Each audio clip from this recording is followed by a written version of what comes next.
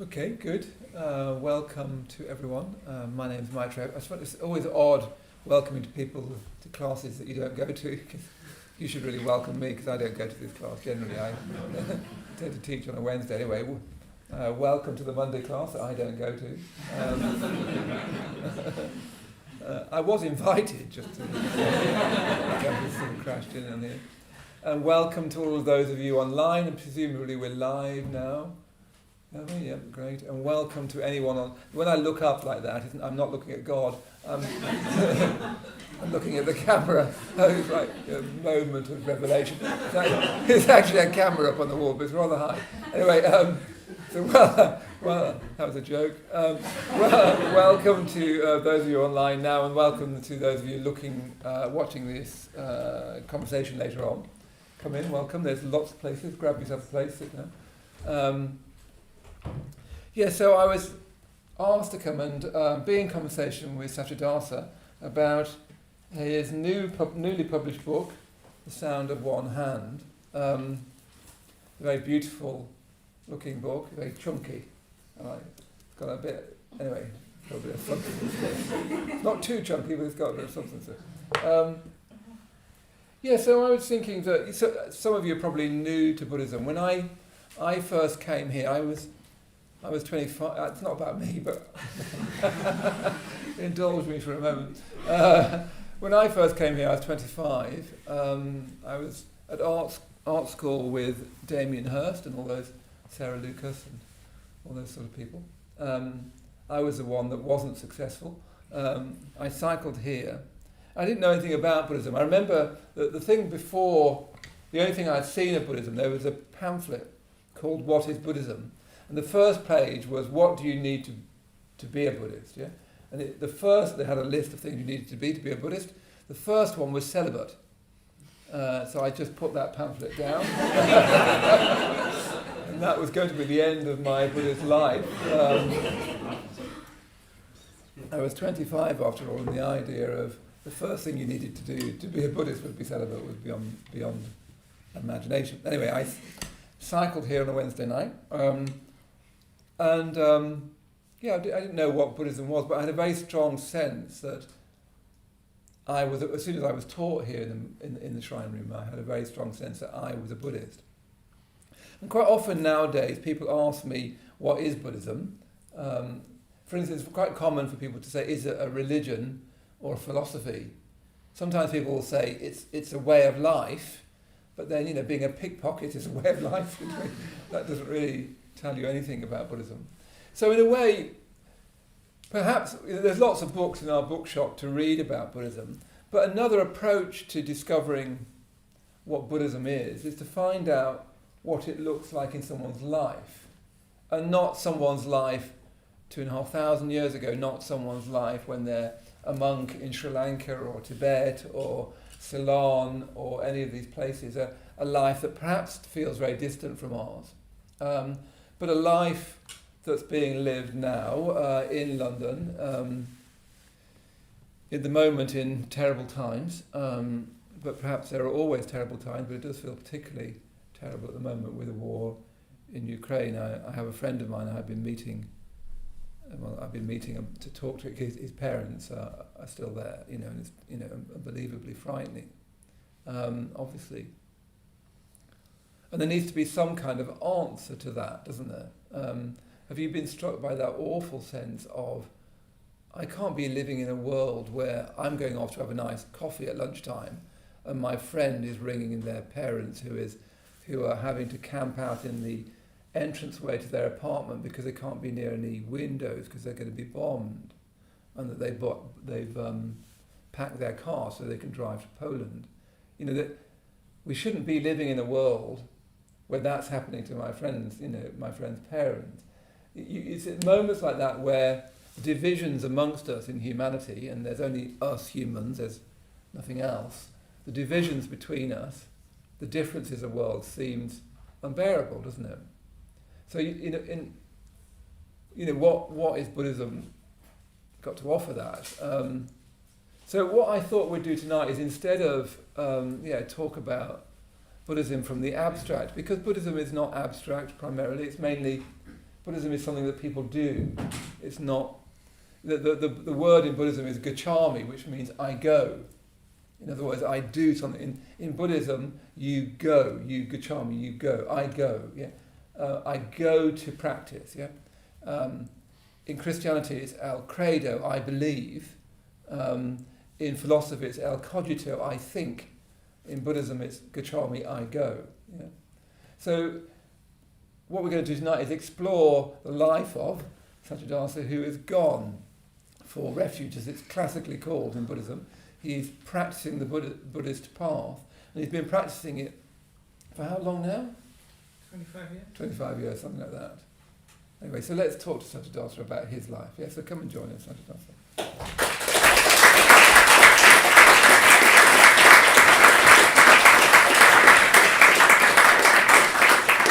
So we're kind of taking your life as a kind of example to us all of a Buddhist life. So let's, rather than me say anything more, why don't you just read us a bit of the book? So we thought we'd just plunge in with the first little bit of the book and take it from there. Yeah? Okay, let's do it. Chapter 1. Something was missing from the start. Dad bumped into an expectant father in the hospital corridor. "What news?" said the man. "We have a lovely baby boy," Dad replied, but the midwife had introduced me to the world by thrusting my arm in front of Mum's face. But he's not got his left hand. The man had some whiskey and poured them both a glass. Everyone was doing their bit. Dad's father, a farmer, broke from his daily rounds to shout some words down the phone to his son. "Never mind, we'll love him twice as much." 10 years earlier, the drug thalidomide had caused multiple limb deficiencies in thousands of children. So while Mum was sedated, I was examined for ailments more sinister than an absent hand. Every blemish was a harbinger of possible problems ahead. Mum's parents, Grandpa and Nana, were only allowed a quick look in. As they sat in the waiting room, a poem came to Grandpa, which he wrote up on a nurse's attendance sheet. "His small grave face, but 12 hours here, bears mysteries stranger than the seas, in hieroglyphics more austere and older far than Ramesses." Setting events against a mythological backdrop would surely help. 9 days, after 9 days, the doctors confirmed it was a congenital birth defect, which is a fancy way of saying they don't know what caused it. My parents took me home, filled with overwhelming love and anxious sorrow. At the primary school, where he was deputy head, Dad found himself repeating, "He's a lovely baby boy," but to a stream of colleagues expecting happy news. Mum was a classroom teacher at the same school. They didn't want the whole thing to be about the hand, but as for me, I fitted right in. Newborn babies can't do much, however many hands they have. We lived in Banstead, Surrey, in a steep row of semi-detached houses with tight little porches and bay windows. Our cortina sat out front on the crazy paving. My awareness grew from the milky, undefined realm of supermarket trolley, seat and playpen to include reference to a little hand that accompanied my journeys around the house. I expected to see it there, not realising it was different or any less than a person might want, even though my younger sister popped out with 2. My little hand became part of the family, a feature like Dad's chin dimple, which one could poke through his beard, or Mum's long dark hair, which was hard to straighten, or our Labrador's big brown nose. In truth, little hand overstates things a bit. There are small nodes across the knuckles. There are small nodes across where the knuckles would have been, but these are only fingers in an archaeological sense, like the worn-away remnants of an Iron Age fort. Stump would be more accurate, but who the hell wants a stump? Good. So I thought it's good, isn't it, just to start straight off into your life and your birth, because all of us, one of the great mysteries of life is that we don't choose it. We don't choose what we're born into. We don't choose what comes to us. We don't know who we are. We don't know what we're given, and we have to make the best of it. So I thought we'd start by talking about your hand. It is the sound of one hand. Yes. It's a wonderful title. Yes. Wonderful. I really like in the book cover you put your hand in your pocket. I feel I should wave it to the camera or something. Yes, to prove it's not an advertising stunt, Yeah. perfectly fine. So let's say, perhaps say something about that, coming into life with that. Well, I mean, as a child, as I say, you play the hand you're dealt, which is a terrible pun, which is not in the book.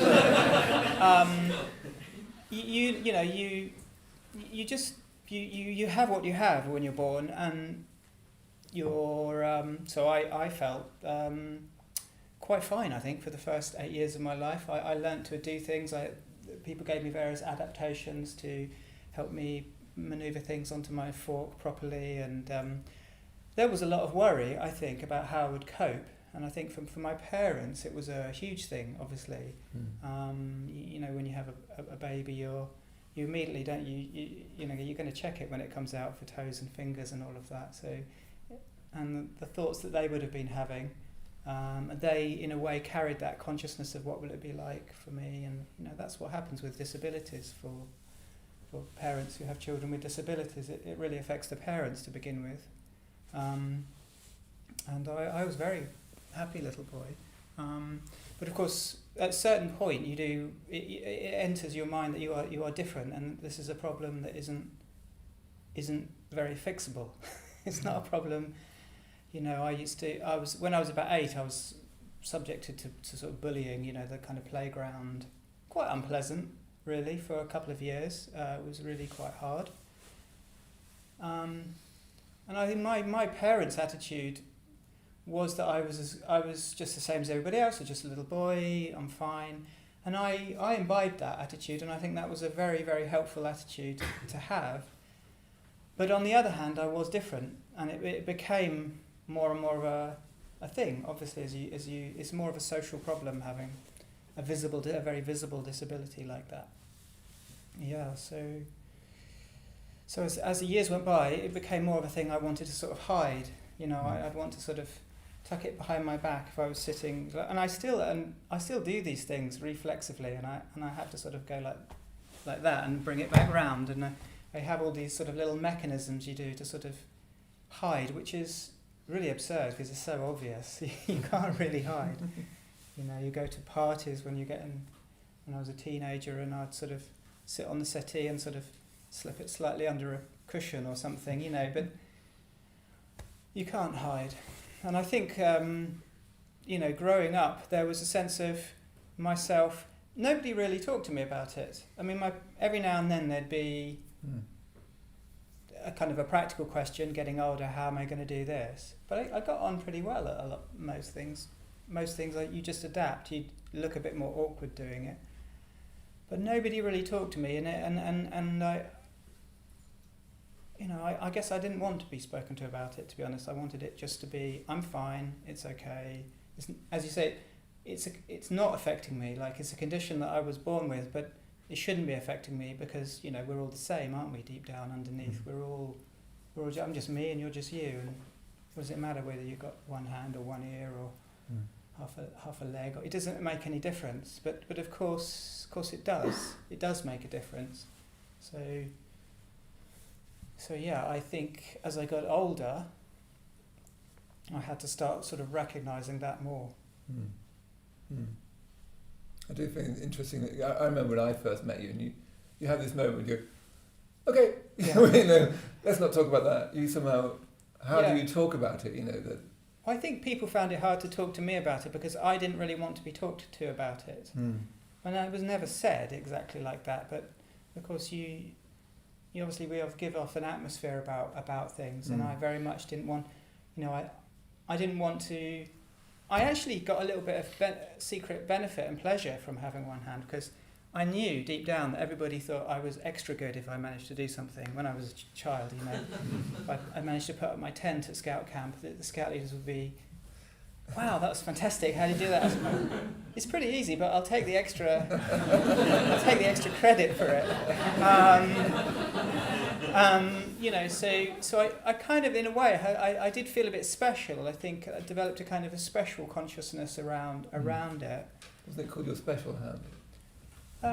There was a sense of being special, a sense of me being, I felt like I had to fight to be just as good as everybody else, and but actually that meant that I had to be a bit better than everybody else in order to sort of even up the ratio. I was quite competitive at school. I became quite keen to show my prowess, such as it was, on the sports field or academically, just to sort of to take attention away from this hand thing, which is a problem underneath.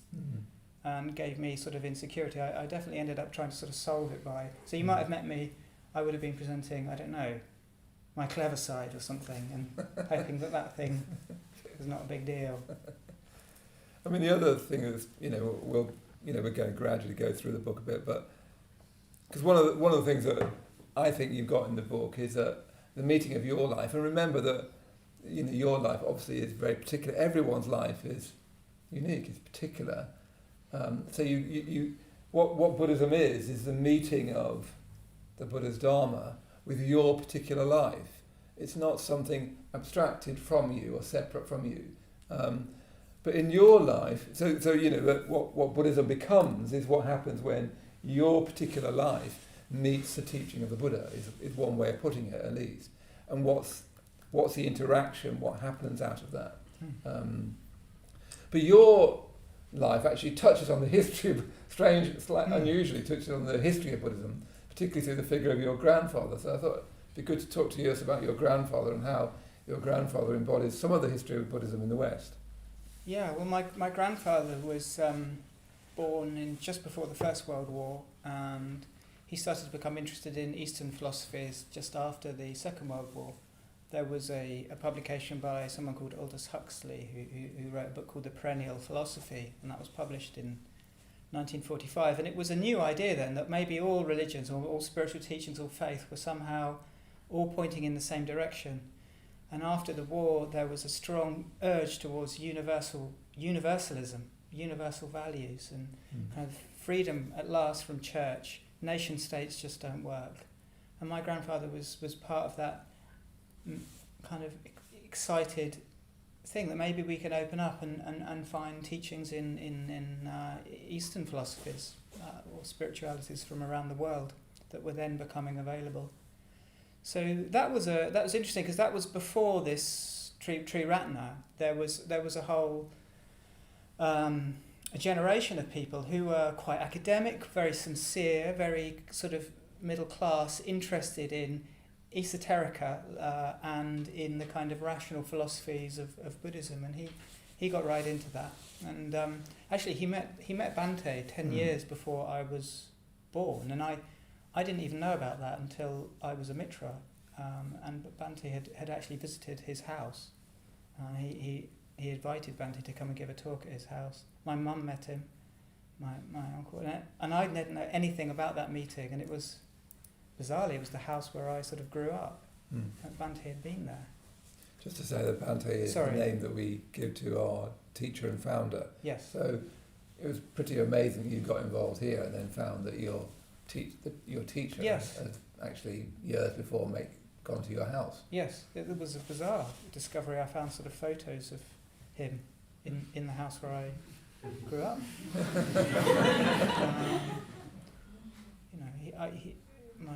That was sort of in South London in a place called Cheam. It just seemed ridiculous to me that he'd bothered to go to Cheam after his very sort of life in India and all around the kind of East. He'd actually gone to Cheam as well. So let's go on with your life a bit, because that you talked about your hand, and you talked about your grandfather's interest in philosophy and even meeting Bhante Sangharakshita. Then you went to study law. Yeah. And I thought you'd talk a bit about the relationship between law and Vipassana, because you went on a Vipassana retreat as well, didn't you? Well, yeah, the law was so dreadful that I needed to get out of the law. I studied law, and it quickly became clear to me that I wouldn't really want to be a lawyer. I ended up actually becoming a lawyer, but that's another story. But so I was at university.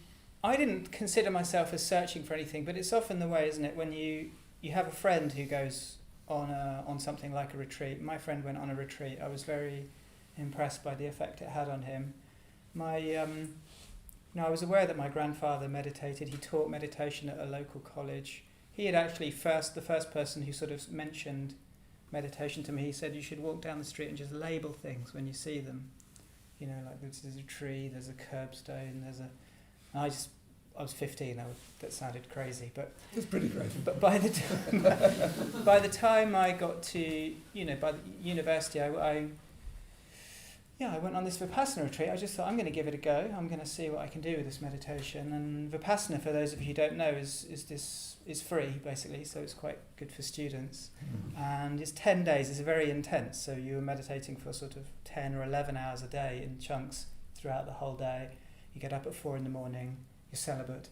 It's a proper. It's what a lot of people imagine a Buddhist meditation retreat might be. Very intense. But I found it was a challenge, and it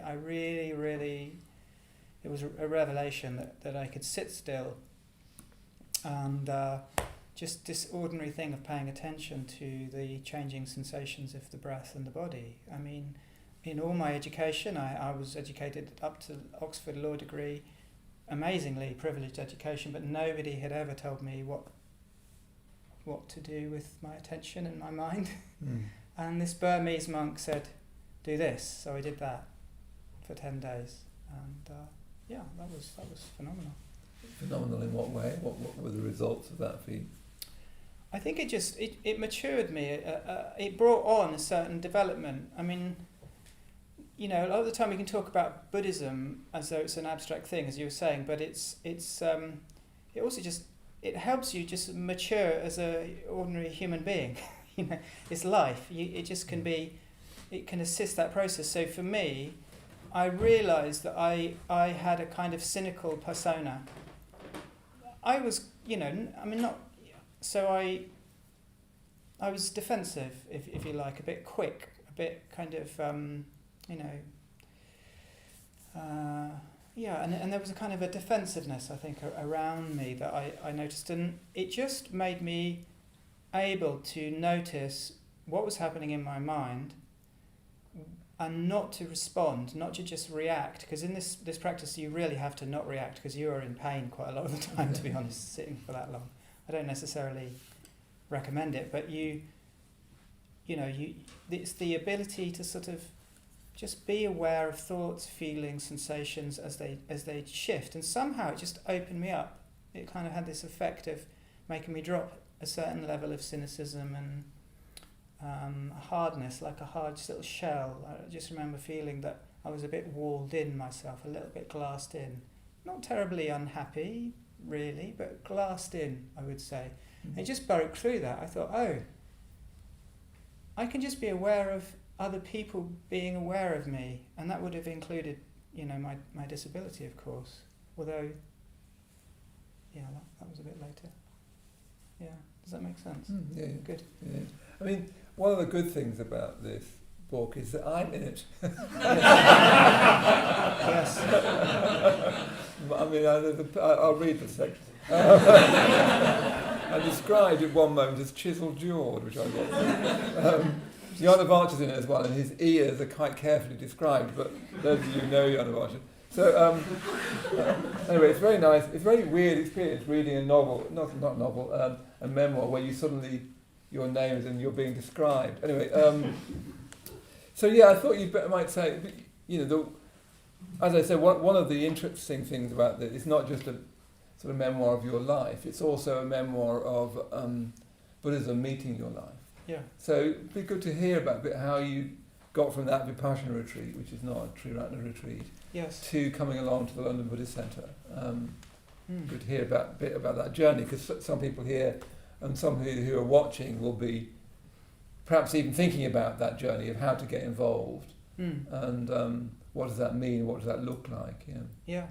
I mean, one of the things about the Vipassana retreat is that you go on it and then you come back and you're sort of back in your ordinary life, and I tried to carry on doing the meditation each day.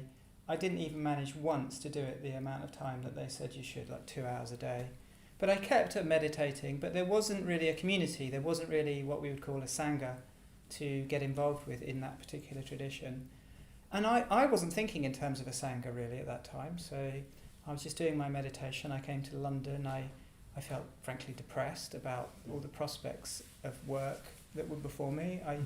I felt, I guess I looked around me and I was partly lacking in confidence, 21, 22, thinking, what am I going to do with my life? Partly lacking just in an ordinary sense of not knowing that I have the capacities to go and get involved in one profession or career path. But partly I just looked at them and I thought, they're all rubbish. They're all rubbish, actually. In that way that you can when you're young, you can sort of say, and it's kind of true. Kind of true. So I had both those things going along, and I just moved to Whitechapel, which is just down the road. And one day I went jogging, and I jogged past the London Buddhist Centre. And that was how I came to the London Buddhist Centre, because I saw it. I literally saw it. I thought, they must do meditation, and I came in. And I think that what I wanted to do in this book was, in a way, to describe that moment that happens to so many people when you discover something that's more than you ever thought that you were looking for, in a way. I think that's what happens when people come to somewhere like the London Buddhist Centre. You can't really be looking for it because you don't know about it before you get there. So, what I found was people like Maitreyabandhu was on my very first retreat. You were. This is a while ago now. It was a while ago, yeah. Talking prehistory. And there is a practice of metta and friendliness and warmth here that really does make a difference, and people do notice it. And if we didn't do the metta practice, it wouldn't be here. But there's also something more than that. There's a vision of, and it doesn't appear like a vision, like all at once you suddenly see this big vision, but you're touched by it. And I felt like I wanted to really, in this book, describe what it was like to be touched by a vision, which I can only really call an opening of the imagination or the spiritual capacity that for me wasn't there. It just wasn't there, hadn't been activated, unfortunately, or fortunately, or whatever. But I grew up in a culture which was a good culture. A very fortunate life, a very happy childhood in so many ways. But there was a huge meaning deficit that I didn't even know that was there as a deficit until I came and I heard these teachings. I heard people talking about Bhante Sangharakshita. I heard that explicated by people like you and you bringing it to all the colour that you bring to your teachings. But it was something that is hard to express, and I think what I've tried to do in the book is express something that is hard to express because it's inchoate. I'm not even aware of what exactly I'm talking about myself when I talk about this kind of thing. So I've tried to write about my life to sort of clothe that and hope that other people, and I know people will resonate with it. Yeah.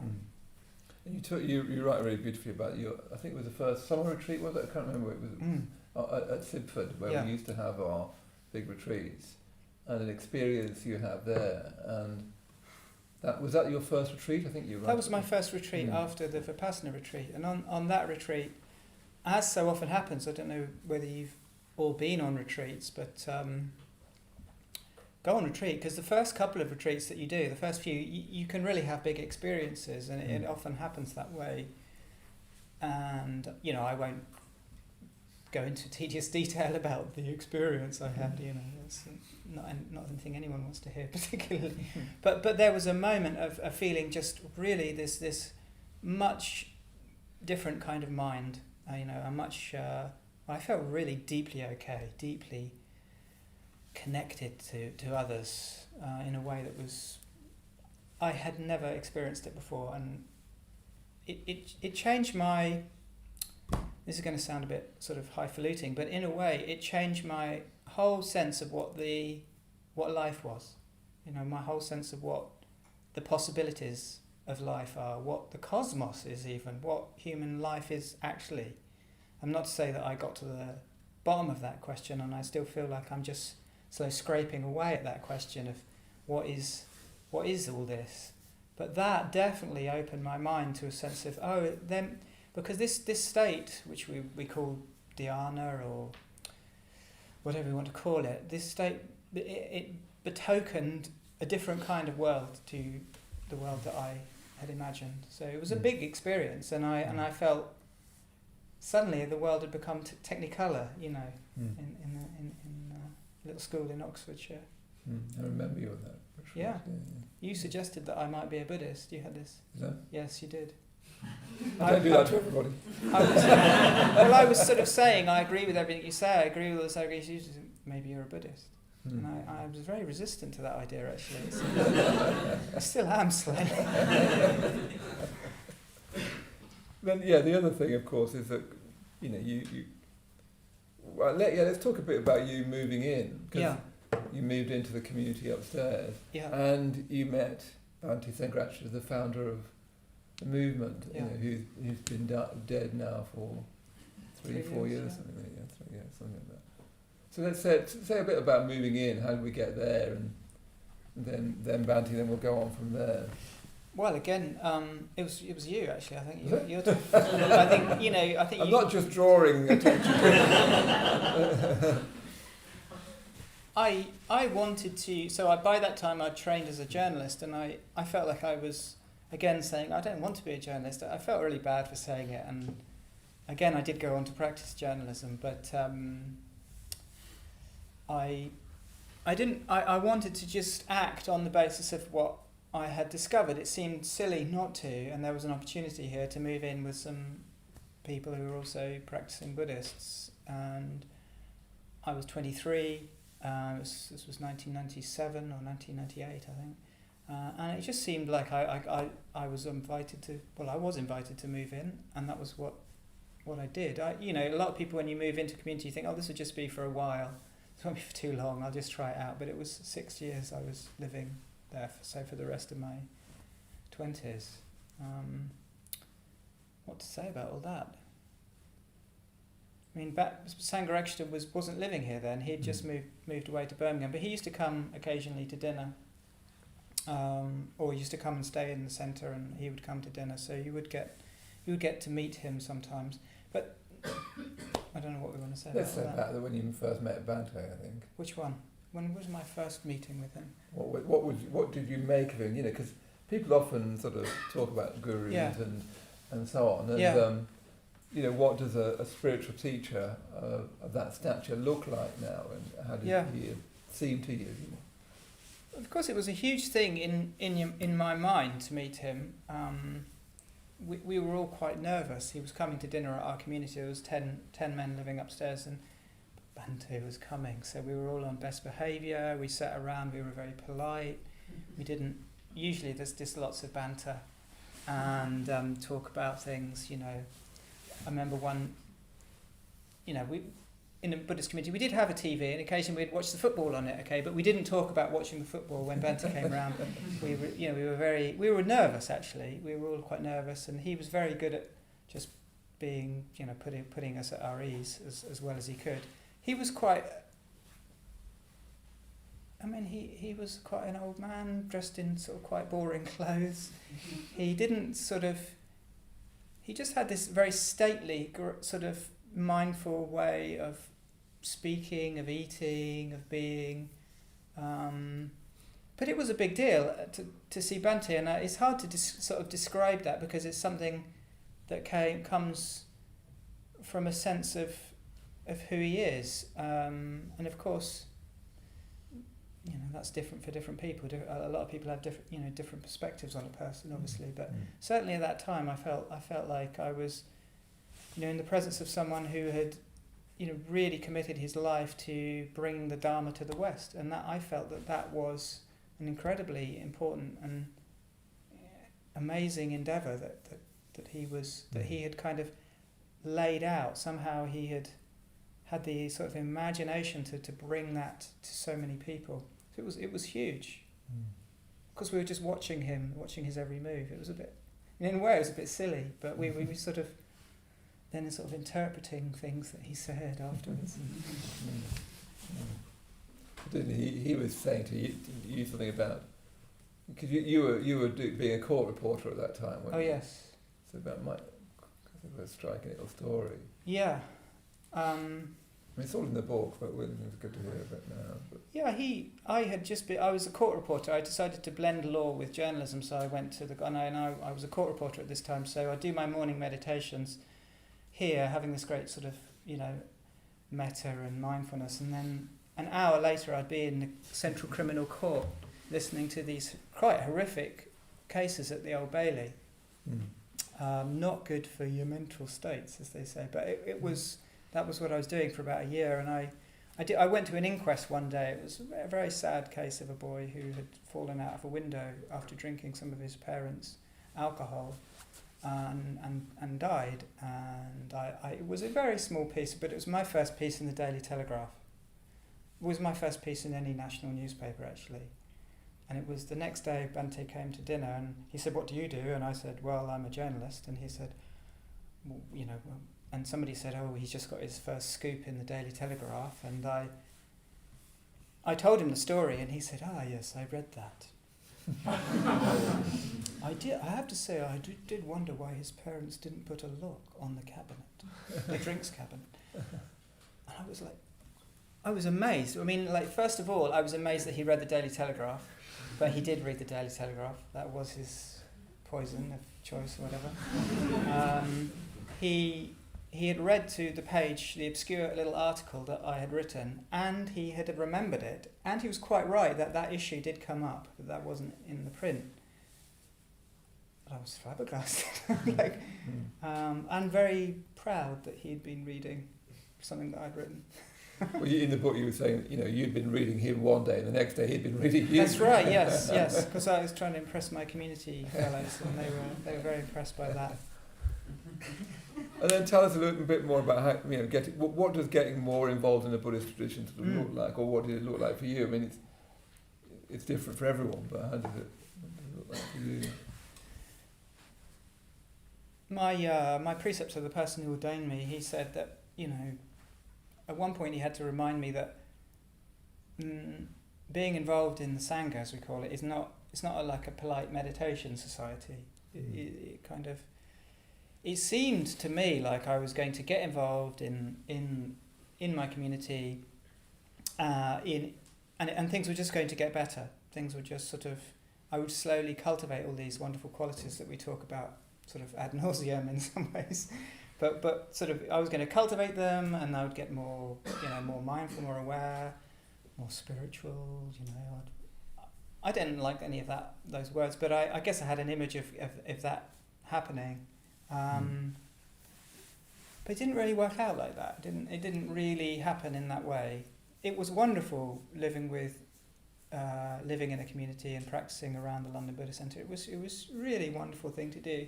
It meant that I didn't have to be involved in this horrible sort of dilemmas about career and earning, and making my life a success through some sort of career like law or something. You're living in a totally different way, even upstairs. I mean, not everybody involved in our community obviously lives in Buddhist communities by any means, but is being part of a Sangha is a different way of being in the world, and it gives you an opportunity to start looking at I don't even like saying looking at your mind. I find the word mind a bit thin, but looking at your life, looking at what goes on for you.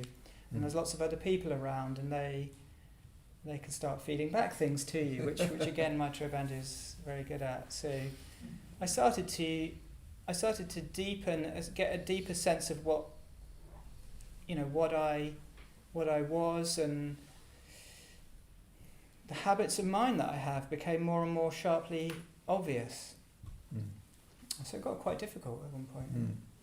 Well, I'd say that's one of the interesting things about the book, is that because it's easy to think, I think, if you're new to Buddhism, that you're inevitably naive about, or human beings, I think, are inevitably naive about themselves.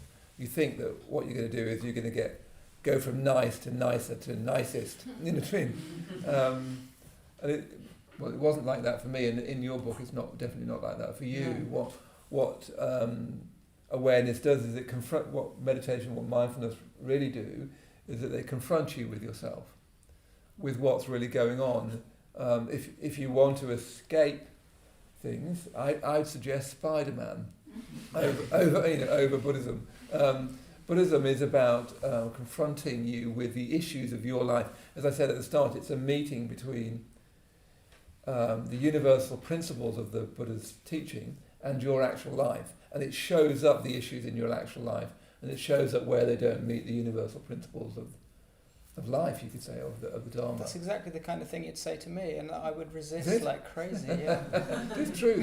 It is true. But I don't want to be confronted by the issues of my life. Sometimes that is painful, isn't it?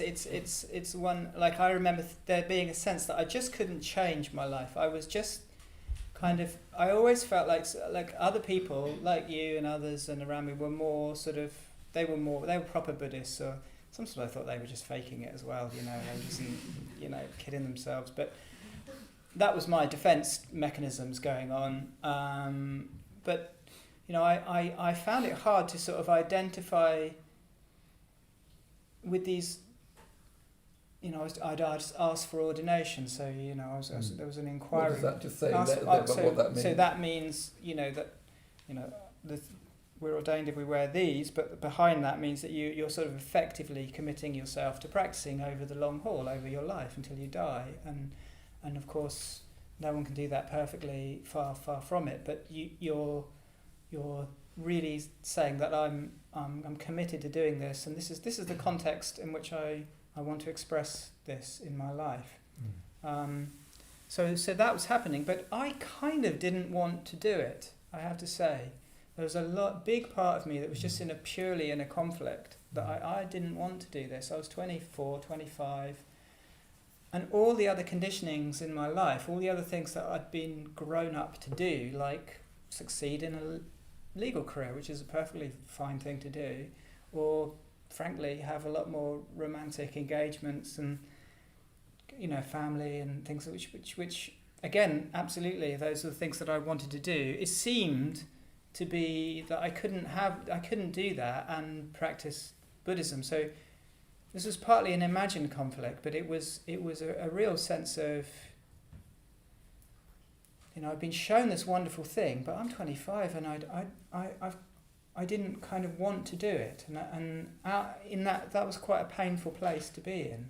I could kind of see the beauty of it, see the truth of it, even love the people that were involved in it, but I couldn't really relate myself to it. I just felt like I'm no good, and I think it did come.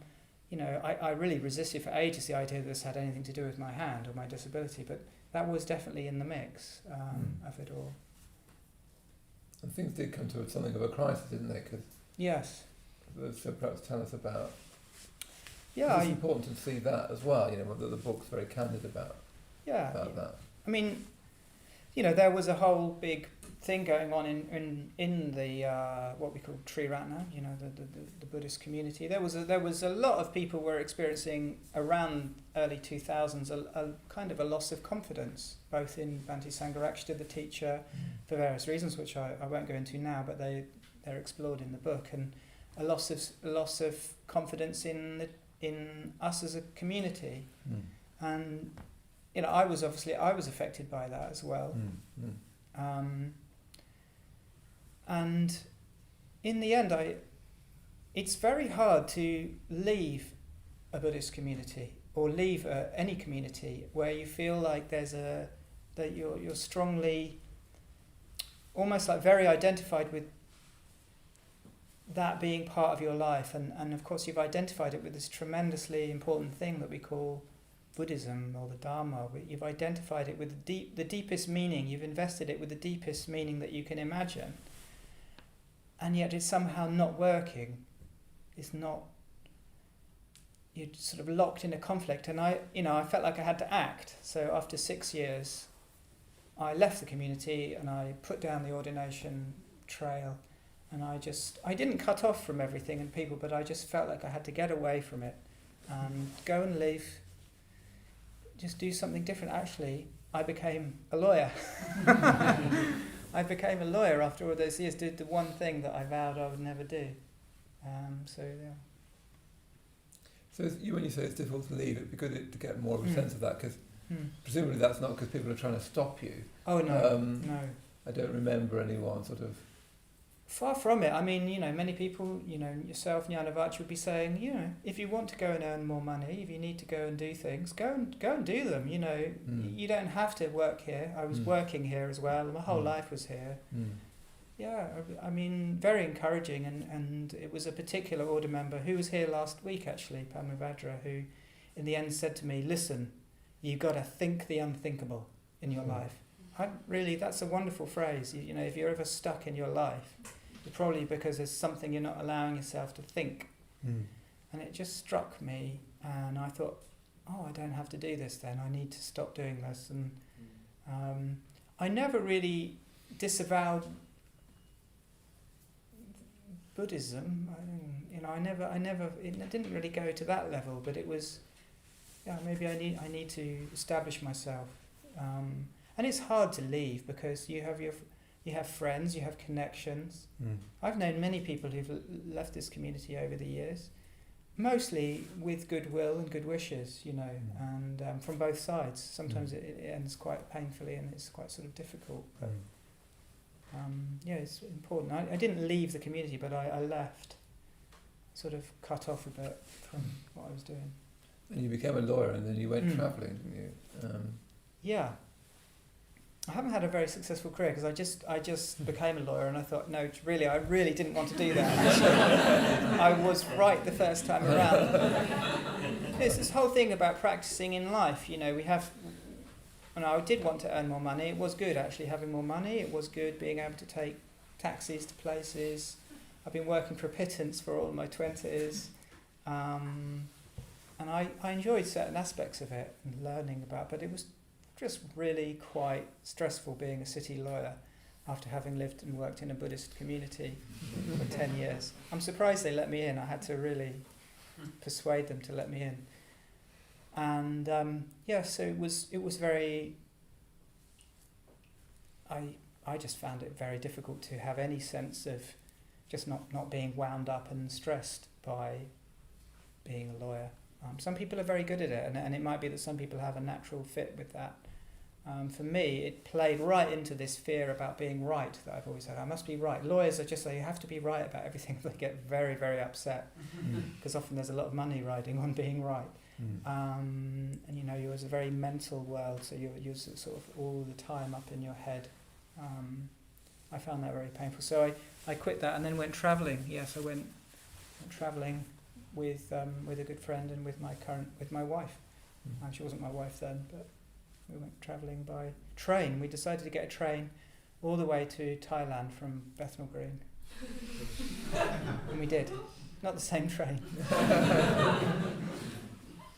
And then there's how did you, why are you here? Because you weren't ordained then, were you? No, I wasn't. So why did you then, how did you come back, if that's the right language, and why did you get ordained, and why are you still ordained in a sense? Because you can leave the order as well. Friends of mine have left the order. Yeah. Yeah. I guess, I found this thing I wasn't expecting. It was a vision of life which was meaning. Like I found this thing which offered a connection to something deeper than the purely materialistic version of life that I'd grown up with, which was that when you die, that's the end of the show, and that's that.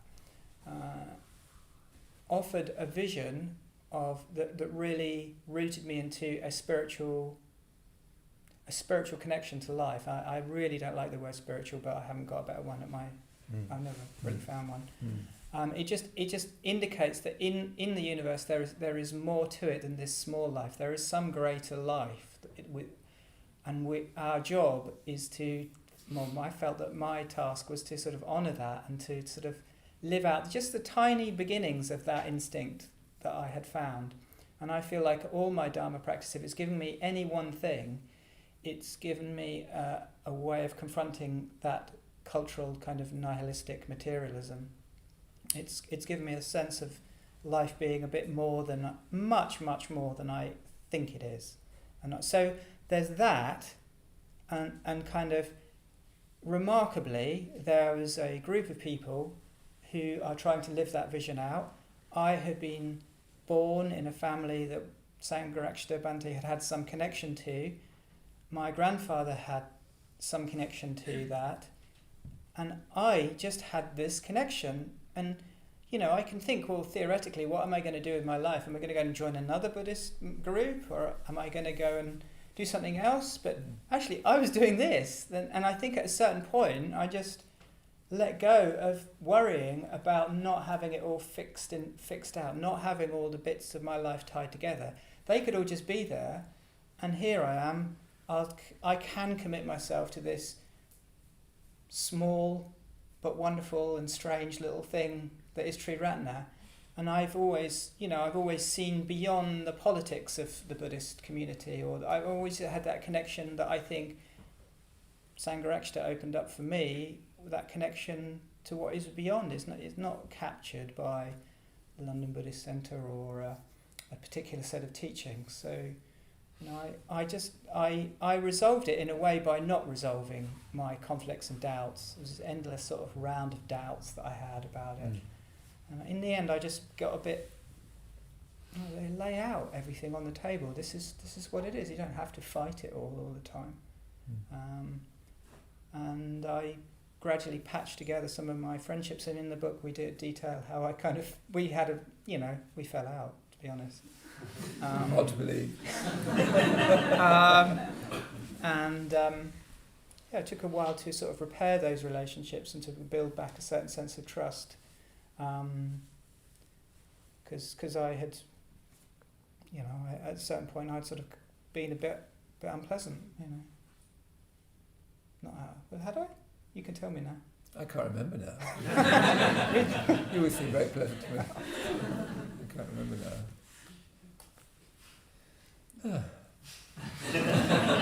But why don't you tell? So what was it like then? Then you got kind of back involved. Yeah, I did. Yeah. I remember there was a period, wasn't there? I remember talking to you and you talking to Yana Varcher and trying to find your way in a way. And then, so what did it mean to you to be ordained? What was ordination like? Because there's this path, isn't it, that Buddhism offers, that Triratna offers, of you get involved, you can become a mitra, which is a friend of the order, and then some people, the overwhelming minority, asked to be ordained into the order and therefore devote their life to the Buddha's teaching. So what was that experience like for you? You were ordained by a friend of ours, Ratnagosha. I went through a lot of I asked for ordination, I think, in 2000, and then I was ordained in 2011, so it was, and in between I had sort of stopped asking for a little while. So it was an 11-year process. There was a lot of growing up in that time on all sorts of levels that just carries on. It doesn't stop. What was it like being ordained? You were ordained in a 4-month retreat. Thank you. Just trying to recall back to it. Yeah, we went on a 4-month retreat in the mountains in Spain, and that was I think by that time I'd been through so many doubts about it all and doubts about myself that I was actually really, really happy to be there. I sort of consented to it. Like, I thought, we had all kinds of strange rules on that retreat. It was quite, monastic. You were in a robe, and it was in a wonderful valley, high up in the mountains. I know Nick's just come back from there in Lubbosch. Beautiful place, but we were, living a very monastic, very simple routine without any connection to anyone outside of that valley for 4 months, and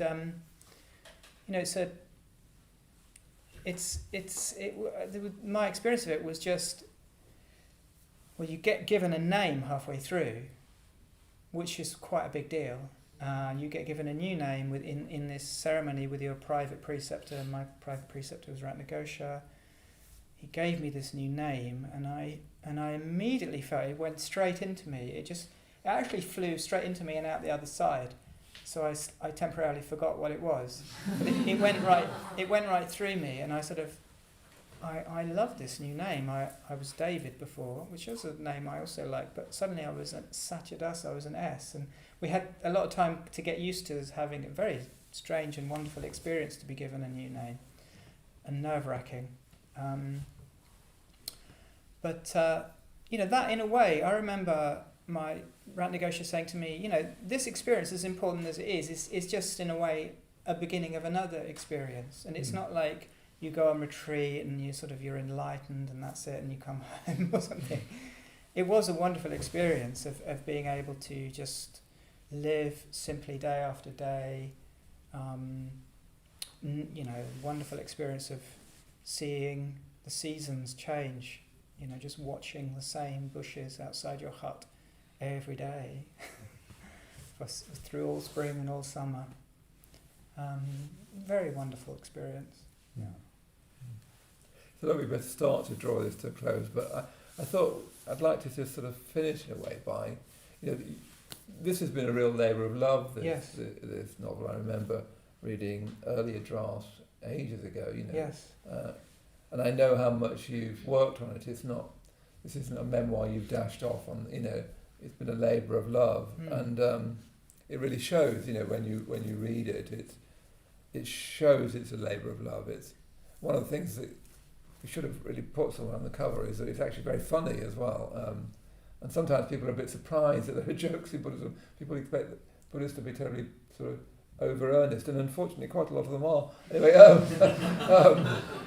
we've all got our shortcomings. Perhaps why don't you sort of finish by saying, why did you write it, and as it were, what did you hope to achieve, if that's the right language, what did you hope to achieve by writing it? Yeah, we often tell life stories as in part of this community. I do, if you get the opportunity you're in a group, in a study group, or in a community, or on a retreat sometimes, you get the chance to tell your life story, and it's, I was hearing Jarhead's life story the other day, and it's a real privilege to hear someone's life story, and that, in a way, what you realise when you try to write your story is, firstly, that it is a story, and you get to write it, and it's not like a diary. It's not like your life is a fully formed thing which you then just have to sort of pen down, get it all down. This is what I did, then I did this, and I did that. That would be very tedious to read.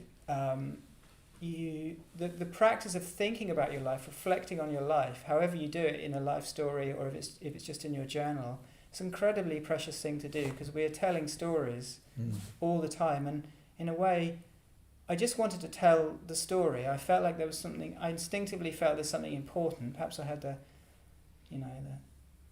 arrogance to think I could actually write it down, which was really hard, and I really had to work at it. But telling your story, just thinking about your life, is an incredibly valuable thing to do, because you get to find out what's really of significance, and actually it changes over time. The more you write, the more your sense of what your life is changes. The more you reflect on your life, whether you write or not, it actually changes. I remember Ratnagosha saying to me, my preceptor, he was from rural Ireland, and he had lived in very poor circumstances in the 50s. He grew up in rural Ireland, and there was a lot of heavy Catholicism, and he said the first 3 times he told his life story, he felt like he had a really miserable, deprived childhood, but the 4th time he told it, he started to realise that actually it was rather good, and you can actually change through reflecting on your life. Your life isn't a fixed thing. So partly there's a personal thing, and the other reason I wrote it, in a way, was I wanted to honour that which I was given, something that I felt like I was given. I wanted to honour people who had given it to me, such as you, Maitreyabandhu, and Sangharekshta, and many, many other men and women who've taught me that first generation of Buddhists in this country, after my grandfather's generation, but the first kind of Buddhists who really brought the spirit, the living spirit of friendship, community, Sangha, but the Dharma, and in a really practical but deeply mysterious way. I wanted to honour what they had given me, and I felt like by writing that I was going to sort of somehow hopefully do that and communicate that. Yeah. Yeah. That's a great place to finish. Thank you very much. Thank you.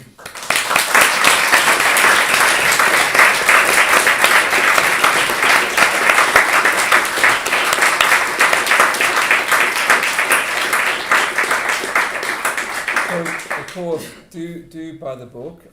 Here it is. Go and buy. We've got lots and lots of copies, and Satyadasa will sign it. It's a wonderful book. It's very funny, but it tells you were saying there about writing your life story, because it's not just writing your life story that tells you about your life. Reading someone's life tells you about your life. Do you notice that one of the new forms really is the form of biography. People think that the 20th century will be the great form, the great literary form of the 20th century with these great biographies. And when you read a really good memoir of a biography, everything you read there's always you reading it. And what was it like for me being born? What were my parents like? What were the stories we told? And what are the, in a way, parabolic shapes of my life? And often enough you experience that in writing it, but you experience it as well if it's well written. It kind of shines back into your life. And especially if you're interested in Buddhism, or if you're interested in what Satyadasa is talking about, something more than our kind of nightmare of nihilism, really, where we just think that we are just a body and that we were born, there was nothing before we were born, and then we die and there's nothing after you die, and there's no real meaning, and human beings give meaning to things but they don't really have meaning. It's now a very, very common worldview, and an extremely destructive one, albeit understandable in many ways. If you read something where someone's tried to tackle that, and one of the things that you get from this is very honest. So it's not a sort of cleaned up Buddhist life. We don't go from young renegade to saint. I mean, I'm sure. Perhaps we do. But we go second volume. Yeah. Won't be so much read. But yeah, it's a very truthful story about what it's like to try and live out value in a world that so often mitigates against it, that wants to disown it, that wants to disavow meaning and value and so on. So I'd really recommend you buy it. It's just one of those books as well. Someone upstairs, I was suggesting they buy it, and he said, "Oh well, I'm not really a reader." And I said, "Look, never mind about that. Just read. It's just as soon as you start reading, you'll just get into it. You don't, it's not. I don't know. It's not Schopenhauer. It's not trying to be. It just takes you into the story. Will reflect back into your life and what is meaningful and valuable to you, and how that's affected the whole shape of your life." So Satyadasa will be outside in the reception room. Mm-hmm. Those of you online, you'll have to come to the London Buddhist Centre and get him to sign it, and he'll sign your books. And yeah, gladly. And but you then need to read it. Yeah. Okay, so let's give Satyadasa one more round.